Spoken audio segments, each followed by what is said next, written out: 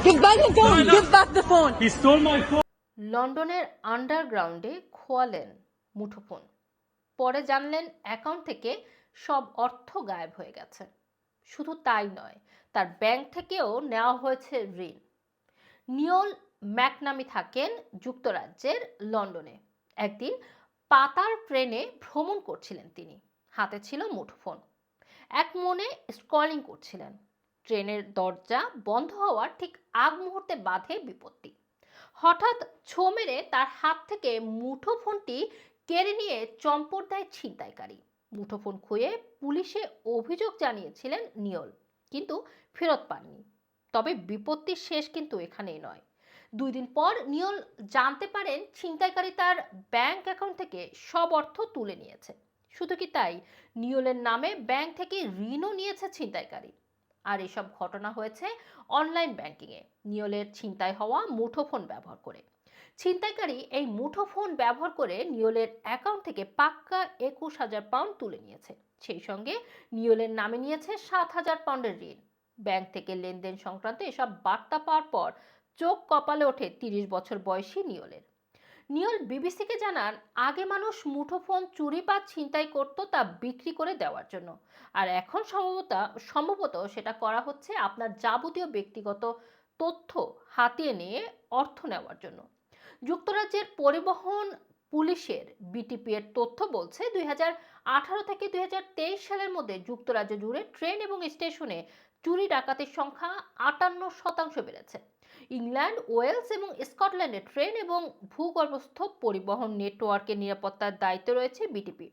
সংস্থাটি বলছে ডিসেম্বর মাসে এলে এমন চুরি ডাকাতি বেড়ে যায়। সাম্প্রতিক বছরগুলোতে প্রবণতা দেখা গেছে।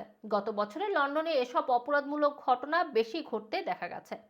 রাজধানীর বাইরে বার্মিংহাম, কেন্ট, এসেক্স এবং ম্যানচেস্টার থেকেও অনেক অভিযোগ পাওয়া গেছে বলে জানিয়েছে বিটিপি।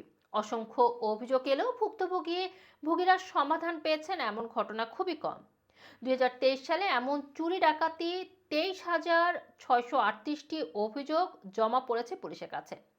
58% ক্ষেত্রে ভুক্তভোগীরা ইতিবাচক সমাধান পাননি। ভুক্তভোগী নিওলের সঙ্গে কথা বলেছে বিবিসি। তিনি পেশায় সঙ্গীত শিল্পী এবং অভিনেতা। 12 বছর ধরে লন্ডনে বসবাস করছেন। ঘটনার পরপরই তিনি পুলিশে অভিযোগ জানিয়েছিলেন। তবে অনলাইন ব্যাংকিং আর কার্ডে লেনদেনের সাময়িকভাবে বন্ধ করতে ব্যাংকের সঙ্গে যোগাযোগ তিনি করেননি। এই সুযোগ নিয়েছে ছিনতাইকারী। নিওল বলেন, তারা সবকিছু নিয়ে গেছে। তার অনলাইন ব্যাংকিংয়ে দেখাচ্ছে 000। এই ভুক্তভোগী আরও জানান, ছিনতাইকারী এইচএসবিসি ব্যাংক থেকে তার নামে 7,000 পাউন্ড ঋণ নিয়েছে। পরে তার অ্যাকাউন্ট থাকা সব অর্থ নিজের মনোজয় অ্যাকাউন্টে সরিয়ে নিয়েছে। লেনদেন নথি বলছে ছিনতাইকারী অ্যাপল স্টোরেও নিওলের অ্যাকাউন্ট থেকে খরচ করেছে। বিবিসির পক্ষ থেকে এইচএসবিসির সঙ্গে যোগাযোগ করা হলে এখনো প্রতিক্রিয়া পাওয়া যায়নি।